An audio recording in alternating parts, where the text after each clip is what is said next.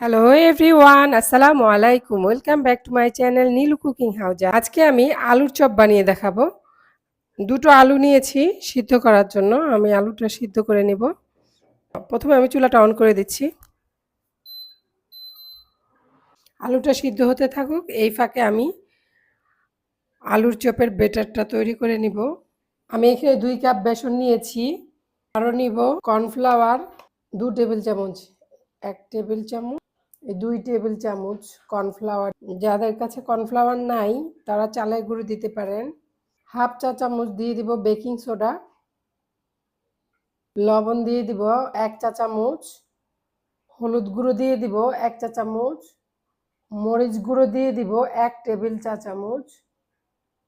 1 চা চামচ গরম মশলা গুঁড়ো দিয়ে দিব। এখন আমি পানি দিয়ে ভালোভাবে মিশিয়ে নিব।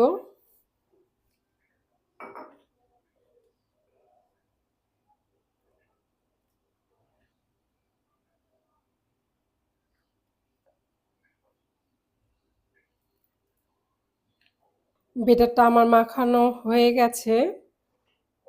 দেখো বাবল আসতেছে। এই বাবল আসতেছে খাবারের সোডার কারণে। এটা আমরা আধা ঘন্টা রেখে দিব।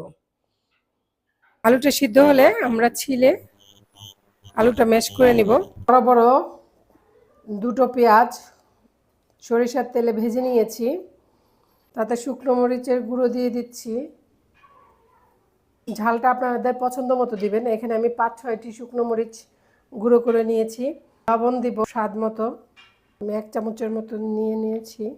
পেঁয়াজ মরিচ লবণ ভালোভাবে মিশিয়ে নিব। তারপর আলুর সাথে আমরা ভালো করে মেখে নিব। এখন আমি কিছুটা ধনেপাতা কুচি দিয়ে দিব। চপের ভর্তাটা আমার মেখে নেওয়া হয়ে গেছে, আর আলুর চপের ব্যাটারটাও আমার তৈরি হয়ে গেছে। এখন আমি চুলাটা অন করে দিব। চুলাটা অন করে দিচ্ছি।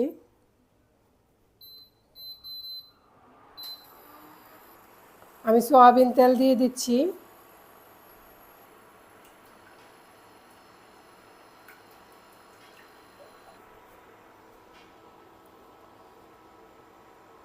চপগুলো এভাবে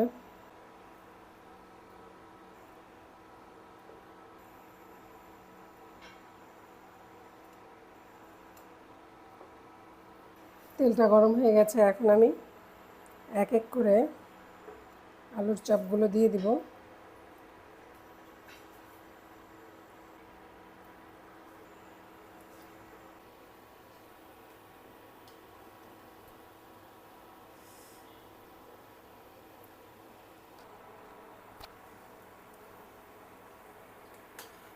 আমি রেগুলার এটার মধ্যে তেলের কাজ করি না, যার কারণে এটা আঁকড়ে ধরে আছে। আমরা এভাবে হালকা হালকা করে কোনটা আগে দিয়েছি ওইভাবে ওইটা আমরা উল্টে দিব।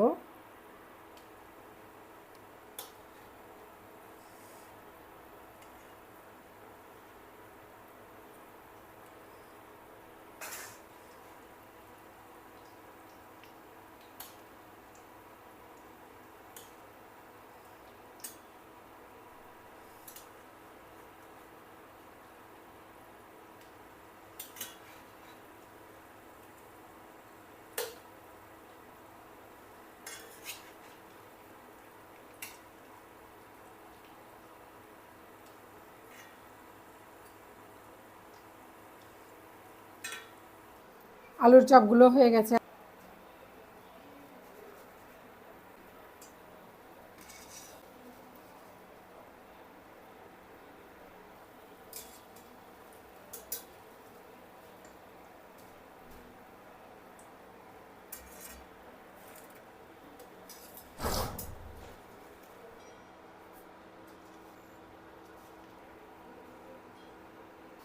আমরা এখন এগুলো তুলে নিব। হয়ে গেছে, তৈরি হয়ে গেল আমার আলুর চপ। রেসিপিটি আপনারা বাসায় তৈরি করে দেখবেন। রেসিপিটি কেমন হলো কমেন্টে জানাবেন। আমার ভিডিওগুলো যদি আপনাদের ভালো লেগে থাকে তাহলে অবশ্যই একটি লাইক দেবেন এবং আমার চ্যানেলটিকে সাবস্ক্রাইব করে আমার চ্যানেলটির পাশে থাকবেন। সকলকে মাহে রমজানের শুভেচ্ছা জানিয়ে আজকের মতো এখানে বিদায় নিচ্ছি। আল্লাহ হাফেজ।